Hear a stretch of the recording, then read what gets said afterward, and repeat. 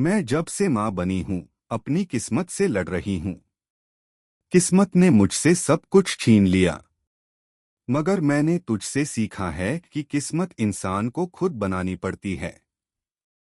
तुझसे ही मैंने यह सीखा और अब अपना अतीत तुमसे छीनने नहीं दूंगी, कभी भी नहीं।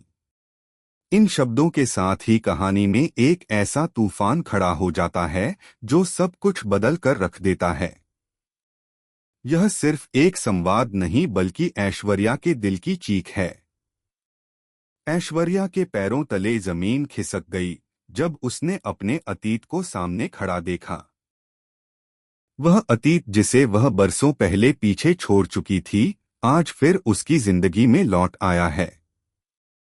अपने पहले पति को सामने देखकर उसके चेहरे का रंग उड़ जाता है, आंखें फटी रह जाती हैं और दिल की धड़कनें तेज हो जाती हैं।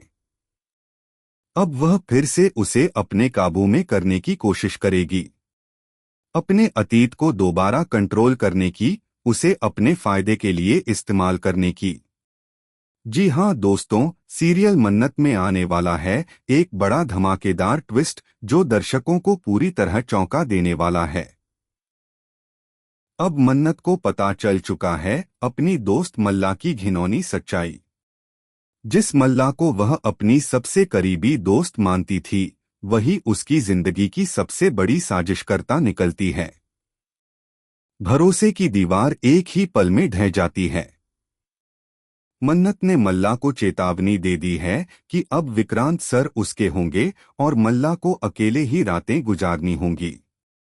मन्नत की आवाज में दर्द भी है और आत्मविश्वास भी। जब मल्ला मन्नत को रोकने की कोशिश करती है, तब मन्नत के पास वह सबूत होता है कि नशीली दवा मल्ला ने ही जानबूझकर विक्रांत को दी थी। यह सबूत मल्ला के झूठे चेहरे से नकाब उतार देता है। इसका असर यह होता है कि विक्रांत अब अपनी ही नजरों में गिर चुका है। उसे अपने ऊपर ही भरोसा नहीं रहता। उसे लगता है कि उसने जाने अनजाने कितना बड़ा गुनाह कर दिया है। मल्ला अपना आपा खो बैठती है और मन्नत को धक्का दे देती है, जिससे मन्नत का सिर गेट से टकरा जाता है और वह जख्मी हो जाती है। खून, दर्द और बेहोशी के बीच मन्नत जमीन पर गिर जाती है। फिर मल्ला ऐश्वर्या को बुलाकर कहती है, लगता है मन्नत मर गई। यह सुनकर हालात और भी डरावने हो जाते हैं। साजिश और गहरी होती चली जाती है। इसके बाद जब ऐश्वर्या और मल्ला आपस में बात कर रहे होते हैं, तब मल्ला का असली चेहरा मन्नत के सामने आ जाता है। हर